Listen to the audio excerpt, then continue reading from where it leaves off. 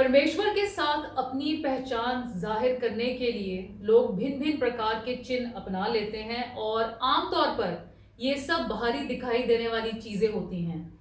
परंतु इस तरह से हम अपनी पहचान किसे दिखाने की कोशिश करते हैं, क्योंकि परमेश्वर तो हमारे मन की सच्चाई को जानते हैं। फिर बपतिस्मा या इस तरह की किसी भी धार्मिक क्रिया की आवश्यकता क्यों मानी जाती है, और क्या इसके बिना हमारा परमेश्वर से रिश्ता अधूरा ही रह जाता है? इसी विषय पे हम बात करेंगे। शुरू करते हैं परमेश्वर के वचन से। परमेश्वर का वचन हमने संत मत्ती की इंजील उसके 3 अध्याय से लिया है। यहाँ इस प्रकार लिखा है 13वीं आयत में, उस समय यीशु गलील से यरदन के किनारे यूहन्ना के पास उससे बपतिस्मा लेने के लिए आए। परंतु यूहन्ना यह कहकर उन्हें रोकने लगा, मुझे तो तेरे हाथ से बपतिस्मा लेने की आवश्यकता है और तू मेरे पास आया है। यीशु ने उसको यह उत्तर दिया, अब तो ऐसा ही होने दे, क्योंकि हमें इसी रीति से सब धार्मिकता को पूरा करना उचित है।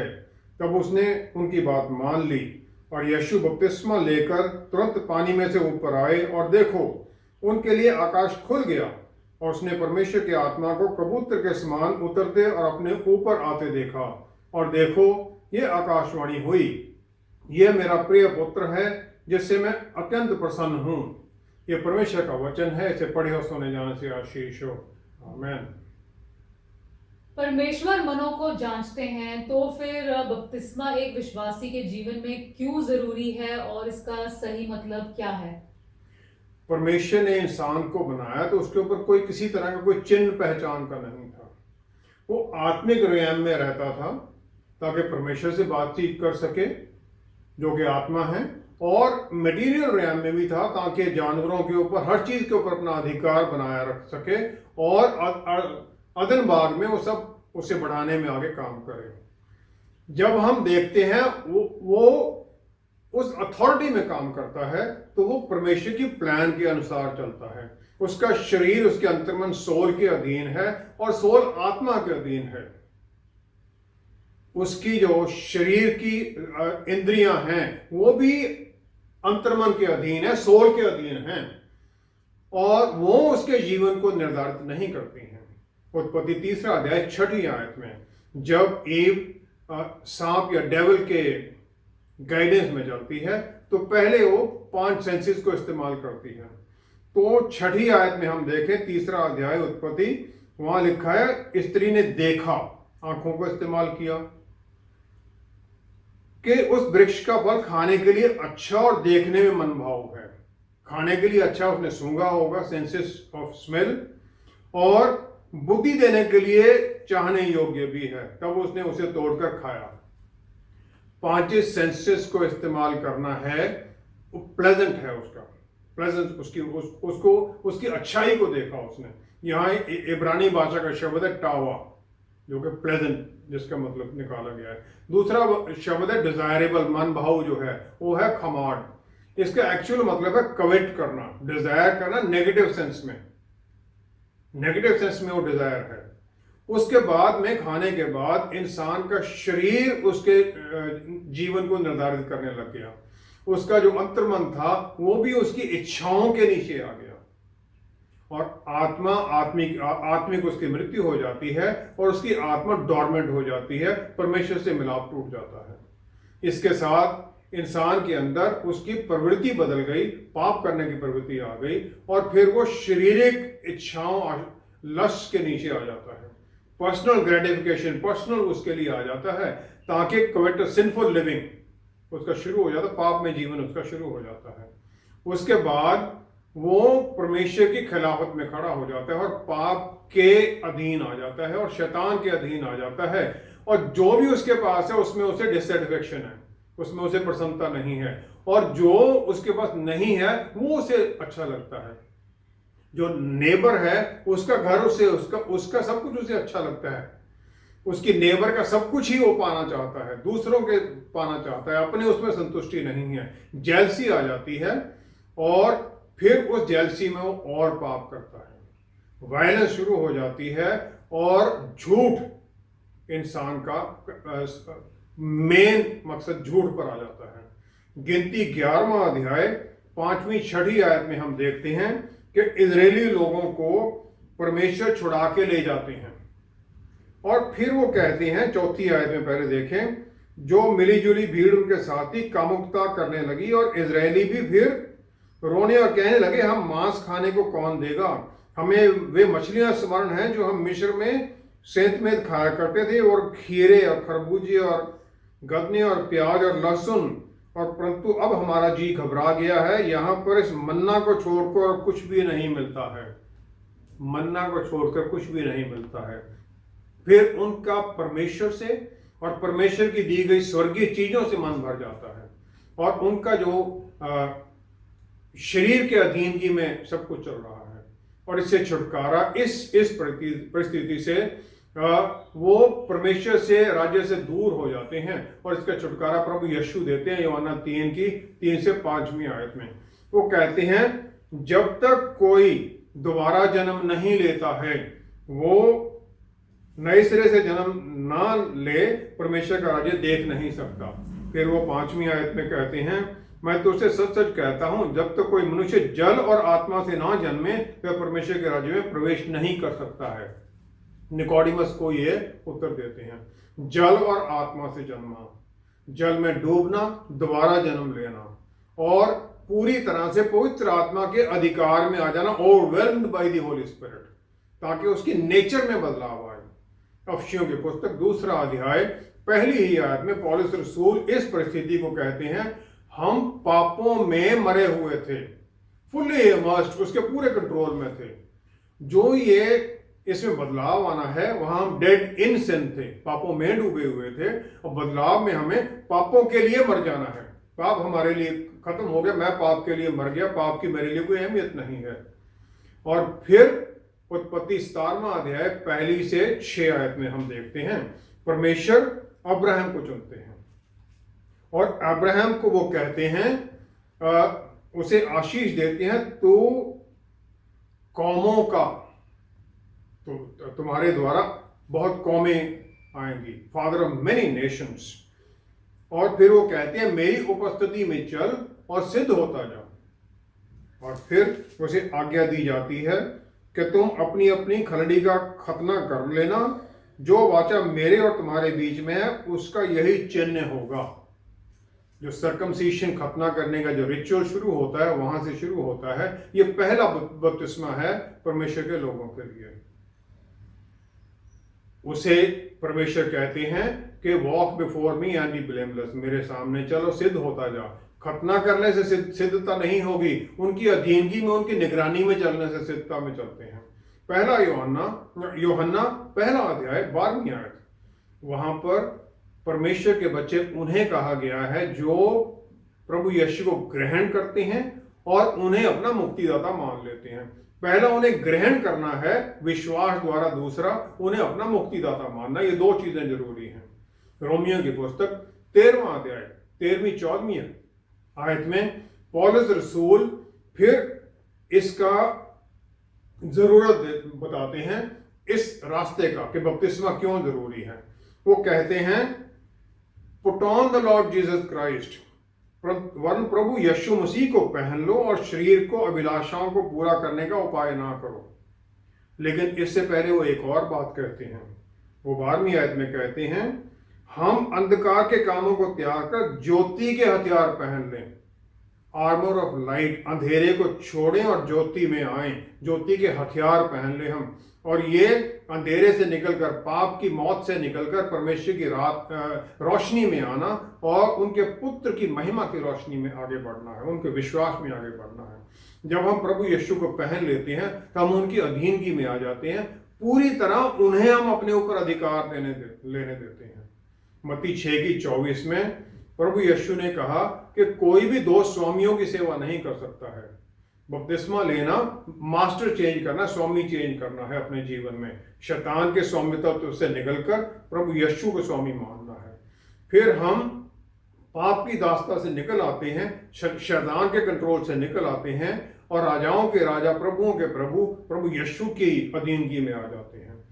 इस तरह हम अपने शरीर को आत्मा और सोल, अंतर्मन की अधीनगी में ले आते हैं, ताकि फिर वो परमेश्वर की उस प्लान की, उस लाइन के अनुसार काम करने लग जाए, और ये हम पवित्र आत्मा द्वारा बल और एनलाइटनमेंट के द्वारा हम करते हैं। बपतिस्मे के बिना ये है जैसे कि शादी कर लेना, जहां पर शादी ना करना और इकट्ठे रहने लग जाना, जहां पर दोनों पार्टनर फ्री हैं, जहां जो मर्जी करे अपनी मर्जी के मुताबिक। बपतिस्मा लेना बंधन में बंध जाना है परमेश्वर के साथ, उसे अपना परमेश्वर मानना, उसकी अधीनगी में आ जाना है। इसलिए ये जरूरी है ताकि हम उनकी अधीनगी को माने, उसे स्वीकार करें, अपने आप को समर्पित करें, ताकि फिर वो हमारे जीवन में अपना काम शुरू कर सके। किसी के लिए बपतिस्मा लेने का सही तरीका क्या है और ये किस उम्र के बाद सही माना जाता है? मत्ती 28 की 19वीं आयत में जो ग्रेट कमीशन है उसमें कहा गया है तुम जाओ सब जातियों के लोगों को चेला बनाओ। पहले चेला बनाना है और उन्हें पिता और पुत्र और पवित्र आत्मा के नाम से बपतिस्मा दो। तो ये दो काम करने हैं। जो चेला बनाना है वो गॉस्पेल का जो मैसेज वो सिखाना और फिर उन्हें उसकी रोशनी में लेकर आना, उसमें चलने में उनकी सहायता करना, ताकि उन्हें ये पता चले कि उन्हें मुक्तिदाता की जरूरत है, ताकि वो फिर जरूरत समझकर उनके सामने आए, सिर्फ चमत्कार के लिए ना आए। उसके बाद फिर उन्हें चेला बनाकर अब बपतिस्मा दिया जाए। मार्क 4 अध्याय 14वीं आयत में प्रभु यीशु और बीज बोने वाले के दृष्टांत से बताते हैं कि जो डिसाइपलशिप इसका मतलब क्या है। वो कहते हैं बीज बोने वाला वचन बोता है। जो एवेंजलिस्ट है, जो वचन का संदेश लेके जाता है, हम सबको ये आज्ञा है, वो सबके पास वो परमेश्वर का वचन लेके जाता है। हमें नहीं पता किसे परमेश्वर ने चुन लिया है, तो हमें वचन सबको सुनाना है, क्योंकि हम गाइडेंस और जो बल है, शक्ति है, पवित्र आत्मा द्वारा मिली हुई, उसके द्वारा चलते हैं। तो फिर पवित्र आत्मा परमेश्वर उस बीज को फल लाने में सहायता करते हैं ताकि वो पेड़ बने। प्रेरितों की पुस्तक 26वां अध्याय 14वीं आयत में पौलुस रसूल अग्रिप्पा राजा के सामने अपना केस प्रेजेंट कर रहे होते हैं। तो फिर वो कहते हैं मैंने परमेश्वर की आवाज सुनी जिसमें उन्होंने कहा तेरे लिए पैनों पर लात मारना मुश्किल है, goads kicking against the goads. जिस प्रकार एक बैल जो स्टबन है, जो नहीं चलना चाहता है, उसके वो लकड़ी की चुभता रहता है गोड़, ताकि वो दूसरे बैल के साथ उसी डायरेक्शन, उसी स्पीड में चलता रहे। इसी प्रकार परमेश्वर भी हमें एक रास्ते में ले जाने के लिए वो गोड्स का इस्तेमाल करते हैं। हमारे जीवन में परिस्थितियां बनती जाती हैं ताकि हम उस रास्ते में चलने लग जाएं, उस डायरेक्शन में जाएं। आखिर में हमें फिर जरूरत पड़ जाती है प्रभु यीशु के सामने आने की। ये पवित्र आत्मा परमेश्वर द्वारा हमारे कॉन्शियस को के अंदर प्रिकिंग है, उसमें कॉन्शियस के अंदर वो बताते हैं और फिर बपतिस्मा लेकर हमें सही रास्ते पर पवित्रता और आज्ञाकारिता में चलने में सहायता करते हैं। बपतिस्मा पवित्र आत्मा परमेश्वर द्वारा लेकर जाना उसका रिजल्ट है, उसके बिना बपतिस्मे में नहीं कोई जाएगा। यहूदी लोग अपना जो मेल चाइल्ड था उसे 8वें दिन परमेश्वर की हजूरी में लेकर जाते थे और उस दिन परमेश्वर की हजूरी में उन्हें खतना किया जाता था। प्रभु यीशु को भी मंदिर में 8वें दिन ले जाया गया। लेवी व्यवस्था 12वां अध्याय वो बताता है एक औरत जो एक लड़के को जन्म देती है 7 दिन तक वो अपवित्र है, फिर 8वें दिन वो लेके जाती है अपने बच्चे को परमेश्वर के सामने। और इसी कस्टम के कारण बहुत क्रिश्चियन डिनोमिनेशंस हैं जो ये कहने लगे हैं बच्चे का बपतिस्मा होना चाहिए। जो कमीशन का सीक्वेंस है जो हमने अभी देखा था मत्ती 28 की 19 में, बिल्कुल क्लियर है। पहला स्टेप है चेला बनाना, डिसाइपल बनाना, और ये बताना वचन के बारे में उन्हें समझना ताकि वो एक लर्नड चॉइस लें, जानकर और डिसीजन ले सकें। बपतिस्मा नॉर्मली उस इंसान का होना चाहिए जो ये फैसला कर सके अपने जीवन के बारे में, और वो सिर्फ अडल्ट्स के लिए ही हो सकता है। और बपतिस्मा दूसरा है जो पानी छिड़क कर देना, छींटा देकर, या एक जो मर गया है उसके शरीर पर छींटा दे देना, इसका भी कोई मतलब नहीं है, क्योंकि वो फैसला डेड बॉडी फैसला नहीं कर सकती है। इसी प्रकार बच्चा भी फैसला नहीं कर सकता है। हाँ, बच्चे को ब्लेस किया जा सकता है, पास्टर द्वारा बच्चे को ब्लेस किया जा सकता है, लेकिन उसका बपतिस्मा बाद में ही होगा। बपतिस्मा है क्या? जो एशियन ग्रीक शब्द है बपतिस्मा, जिसका मतलब कहा गया वो है बैप्टिजो। बैप्टिजो का मतलब है समझ, पूरी तरह से डूब जाना और ऊपर पूरी तरह से ओवरवेलम हो जाए उसके साथ। और ये बैप्टो से आता है, मतलब डिप। और इसका जो बेस्ट एक्सप्लेनेशन दिया गया ग्रीक पोएट या फिजिशियन थे निकेंडर, जो 200 BC में थे, उन्होंने इसका एग्जैक्ट वो दिया है। उन्होंने अचार बनाने की रेसिपी के द्वारा ये बताया। वो कहते हैं जो बैप्टो है वो डिप है, वेजिटेबल जो सब्जी जिसका अचार बनाया जा रहा है, पहले उसे पानी में डुबो दिया जाता है, उबलते पानी में, ताकि वो थोड़ी सॉफ्ट हो जाए। फिर उसे बैप्टाइज किया जाता है विनेगर में। पहला टेम्परेरी है, उसे उसमें डाल दिया गया है। विनेगर में डालना उसका परमानेंट है, यहाँ हम ऑयल में डाल देते हैं, वो परमानेंट है, उसमें फिर वो रहकर परमानेंट उसमें बदलाव आता है। कमांड जो है बैप्टाइज करना पिता, पुत्र और पवित्र आत्मा परमेश्वर के नाम में, ये उनके कैरेक्टर में डूब जाना है, परमेश्वर के प्यार में को समझना, उनमें डूब जाना है, उनकी गाइडेंस में आ जाना है, उनकी बल और शक्ति में बदलाव आना है, उनके अक्सर रूप में बदलते जाना है। पुराना जो नेचर था, जो पाप में हम डूबे हुए थे, उससे निकलना है। बपतिस्मा इसीलिए पहले रिपेंटेंस से शुरू होता है। पहले रिपेंटेंस, तौबा करना जरूरी है। तौबा, अपने पापों से तौबा करना।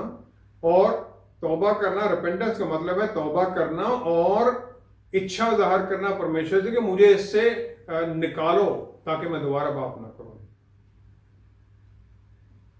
जब इंसान पानी के नीचे जाता है तो फिर वो एक तरह से अपने पापों से धुल जाता है और माफी पाता है प्रभु यीशु के उस लहू के द्वारा। जब हम पानी से बाहर निकलते हैं तो प्रभु यीशु जिस प्रकार तीसरे दिन जी उठे, इसी प्रकार हम भी वो पापों से मृत्यु पाकर दोबारा जी उठते हैं, नए जीवन में आ जाते हैं। और ये जो नया जीवन है, ये कोई डिस्टेंट फ्यूचर में कहीं जाके मरने के बाद या 50 साल बाद नहीं है, उसी समय शुरू हो जाता है, क्योंकि हमारे अंदर वो बदलाव, हमारे सोचने में पवित्र आत्मा परमेश्वर काम करने लग जाते हैं, नया हमें नजरिया देने लग जाते हैं। जो पाप करते थे पहले खुशी होकर, उसमें अंदर कचोटता है अंतर्मन कि ये गलत कर रहे हैं। इस प्रकार हम पापों के लिए मर जाते हैं और फिर हम प्रभु यीशु में, उनकी धार्मिकता में चलने लग जाते हैं और फिर वो हमारे लिए एक रास्ता खोल देते थे, हम पाप से ऊपर निकले।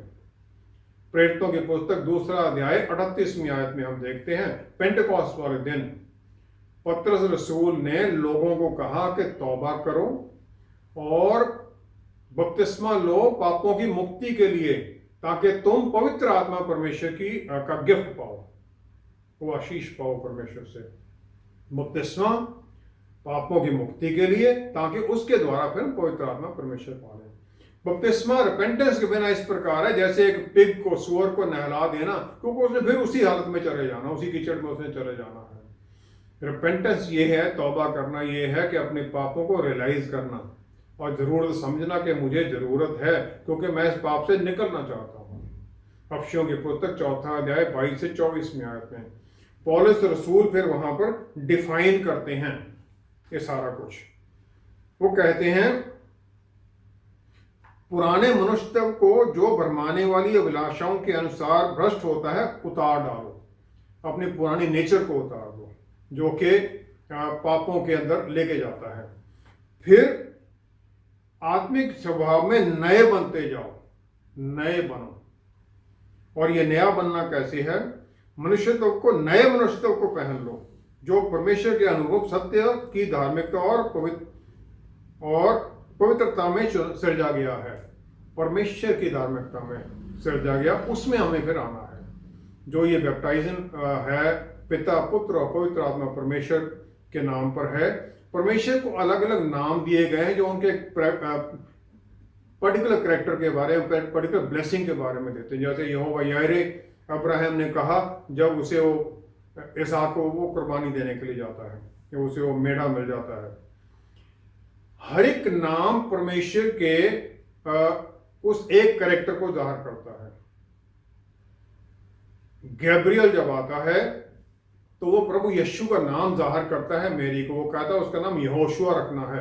यहोशुआ का मतलब है याहवे मुक्ति है, उनका नाम एक्चुअली यहोशुआ है। क्राइस्ट उनका कोई नाम नहीं है, क्राइस्ट है अनॉइंटेड, परमेश्वर द्वारा लोगोस, वो उनको अनॉइंटिंग किया गया उनका। पवित्र आत्मा परमेश्वर या और पिता पुत्र और पवित्र आत्मा में बपतिस्मा लेने का है उस कैरेक्टर में, परमेश्वर के कैरेक्टर में हमें बदलते जाना, जो हमें उनके पुत्र और जीवते वचन में दिखाई देता है। किसी और नाम में बपतिस्मा लेना ये है तो उसका कोई मतलब ही नहीं रह जाता है, क्योंकि फिर हम उसके कैरेक्टर में जाना चाहते हैं। ये सेरेमनी एक बड़ी सॉलम इवेंट हो जाती है बिलीवर के लिए, विश्वासी के लिए, क्योंकि पवित्र आत्मा परमेश्वर जो उस समय से पहले बाहर से काम कर रहे थे उनके अंदर, वो उनके अंदर आ जाते हैं और फिर उन्हें बल देते हैं, रोशनी से भर देते हैं और फिर उन्हें आगे गाइड करते हैं, आगे चलना सिखाते हैं, ताकि फिर वो अपने जीवन में बदलाव लेने के लिए आगे बढ़े। इसलिए बपतिस्मा किसी भी विश्वासी के लिए उतना ही आवश्यक हो जाता है। क्या पापों की माफी द्वारा मुक्ति और पवित्र आत्मा परमेश्वर पाने के लिए बपतिस्मा जरूरी है? यूहन्ना 5:24 आयत में प्रभु यीशु ने 38 साल से उस बीमार पड़े हुए इंसान को यरूशलेम में उस बेथेस्दा पूल के पास में चंगाई देने के बाद में यहूदी जो लीडर्स हैं वो उन्हें कहते हैं, जो मेरा वचन सुनकर मेरे भेजने वाले पर विश्वास करता है अनंत जीवन उसका है और उस पर दंड की आज्ञा नहीं होती, उसके ऊपर दंड की आज्ञा नहीं होगी।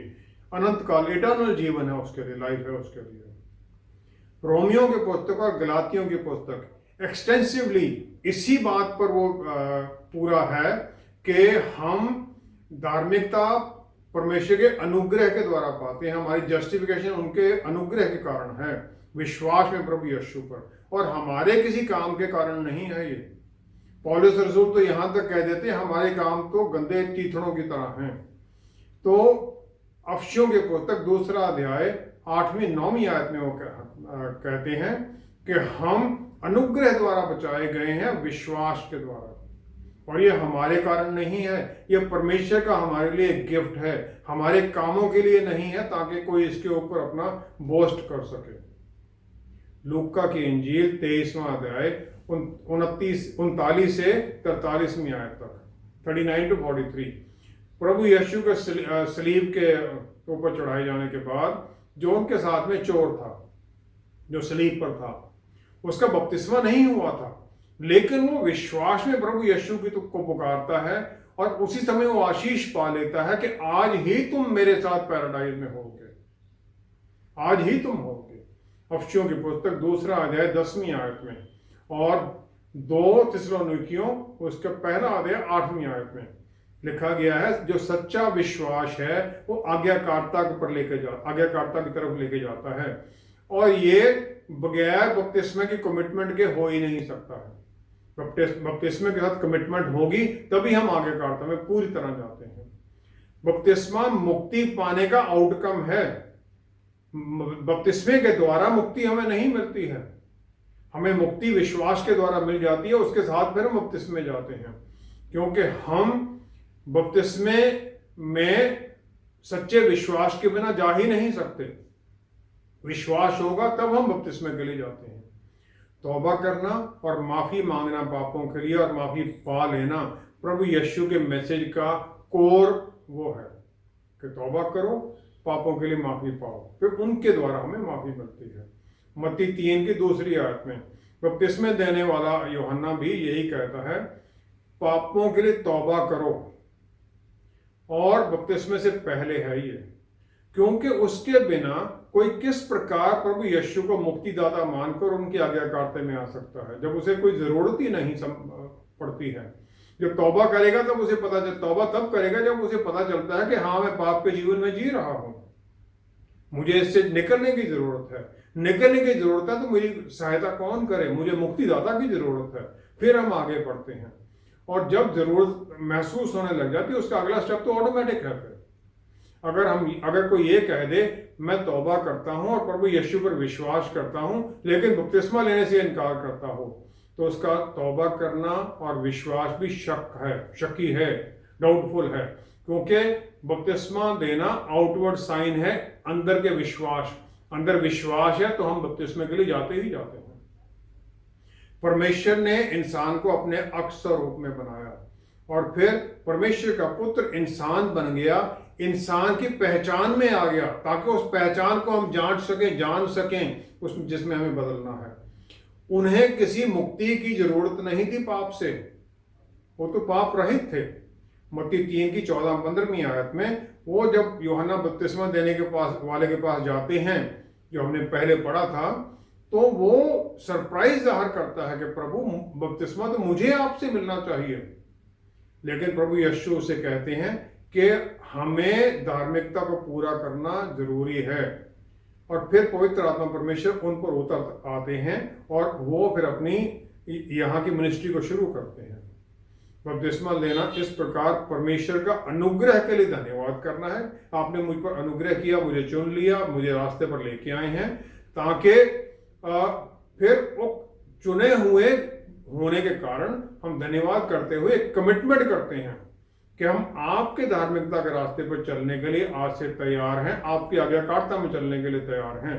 और सहायक जो आप हमें देते हैं, जो पवित्र आत्मा परमेश्वर हमारे अंदर है, वो हमें बल दें, हमें सिखाएं और आज्ञाकारिता में चलना हमें सिखाएं। यूहन्ना 20 की 22वीं आयत में प्रभु यीशु जी उठने के बाद में चेलों के पास आते हैं और फिर वो उन्हें कहते हैं, उनके ऊपर सांस फूंक देते हैं, कहते हैं पवित्र आत्मा परमेश्वर पाओ। और योएल नबी की पुस्तक 2 अध्याय 28वीं आयत में जो भविष्यवाणी की गई थी कि मैं उन अपने लोगों पर पवित्र आत्मा परमेश्वर उंडेल दूंगा, वो वहां पूरी कर देते हैं। हालांकि पवित्र आत्मा परमेश्वर उतरने हैं 10 दिन बाद, 10 दिन बाद उन्होंने आना है, लेकिन उस दिन से प्रभु यीशु उनके जीवन में पवित्र आत्मा परमेश्वर काम करने लग जाते हैं, उन्हें उस स्थिरता में लाना शुरू कर देते हैं।